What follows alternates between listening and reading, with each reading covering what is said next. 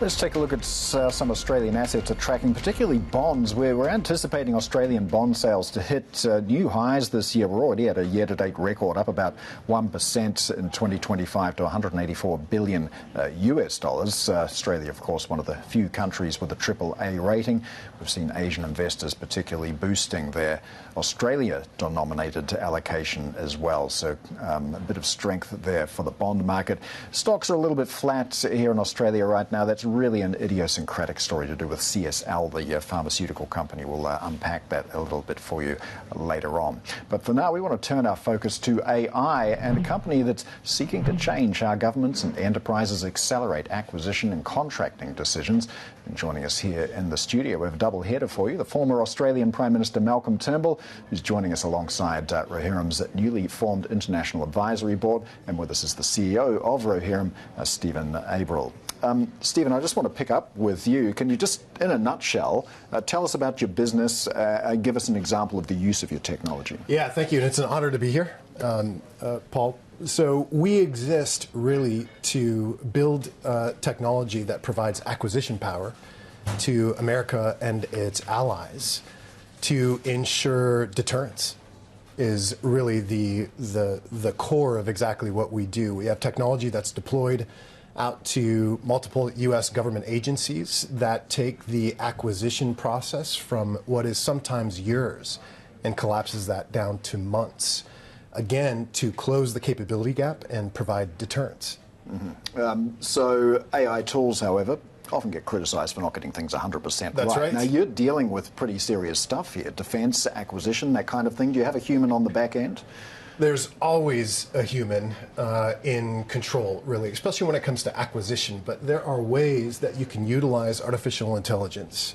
There are ways that you can build and train the technology to ensure the results, the output that you're looking at are always sourced, are always accurate, are always verifiable. And that's, again, really kind of the core of the technology that we generate for large governments and large enterprises. Well, you've attracted some high-profile talent sitting next to me, former Prime Minister Malcolm Turnbull. So can I ask you, Malcolm, you're the chair of the advisory board. What attracted you to this company? What's your role going to be?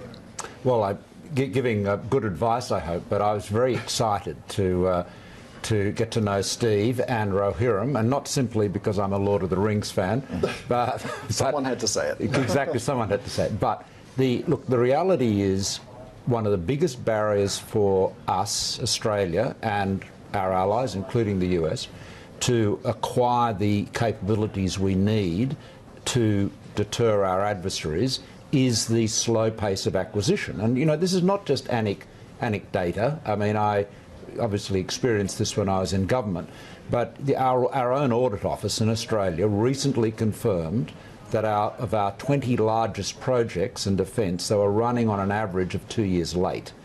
And now part of the problem is, in order to comply with the acquisition processes legally and equitably and so forth, takes a lot of time. If you can use AI to do the things that, frankly, the humans don't need to do, and reserve those very talented and very scarce human talent, because remember, they've all got to have high security classifications, clearances. The AI can make that, as Steve says, collapse what takes years into months. And if we can't do that, we simply won't be able to keep up with our rivals. So I think this is mission critical. Well, typically when we see high-profile politicians, former prime ministers such as yourself, taking up positions in the corporate world, you're there to open doors and lobby to a degree. Are there any doors that you've been opening and any regulatory framework changes that you're pushing for? Well, I'm certainly happy to assist, but I've had a long involvement in technology. I was a technology investor and venture capitalist long before I was in politics, and I was a pretty enthusiastic supporter of innovation in government when I was in government, and I remain so. So for me, this is something that I've got an interest in from as an investor, and as a matter of reforming government. I mean, it is vital that government is able to deliver at the speed of technology. Otherwise, we'll keep on falling behind. Stephen, Malcolm is chair of your advisory board. Hiring talent like this, I'm sure, doesn't come cheap. Can you tell us a little bit about your business model, your revenue, how you make money? Yeah, absolutely. So at our core, we're a software provider. So we have technology that we sell to large governments, large corporations, primarily in the United States, Canada, Australia, and the UK, specific to both sides of the acquisition problem set, which is there's always a buyer and seller side. So we deploy technology to the commercial side that collapses the amount of time required for them, which could be months and millions of dollars, to respond to government requests for proposals or requests for tenders. And on the government side, we collapse that as well by introducing those efficiencies in the way that they choose acquisition paths, and they find both small, medium, and large-sized businesses to satisfy any given requirement.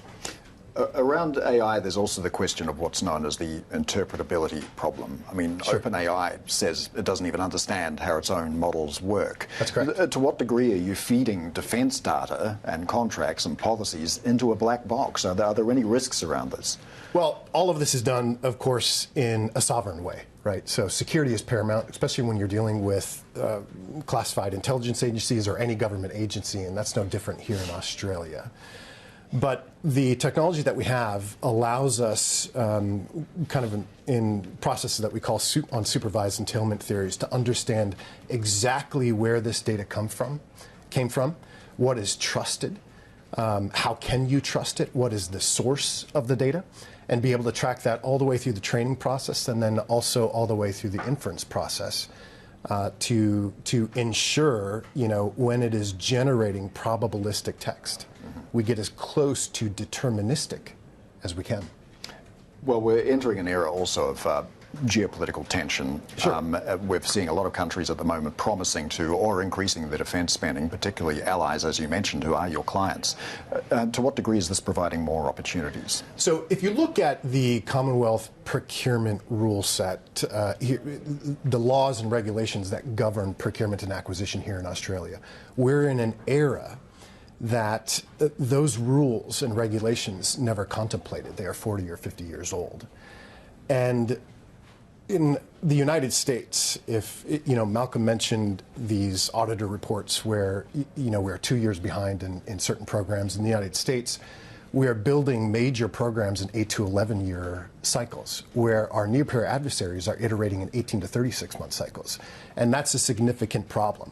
So how do you, to answer your question, how do you open the aperture to more than just, say, the large technology primes, the defense industrial base, the typical large companies that have been around for a long time, to smaller tech startups, to medium-sized companies that are building technology and services that can impact both Australia and the United States deterrence? And that is what we exist to do, to build a bridge between both the supplier side, companies that are selling technology and services to these large governments, and the government, to connect those in AI bridge.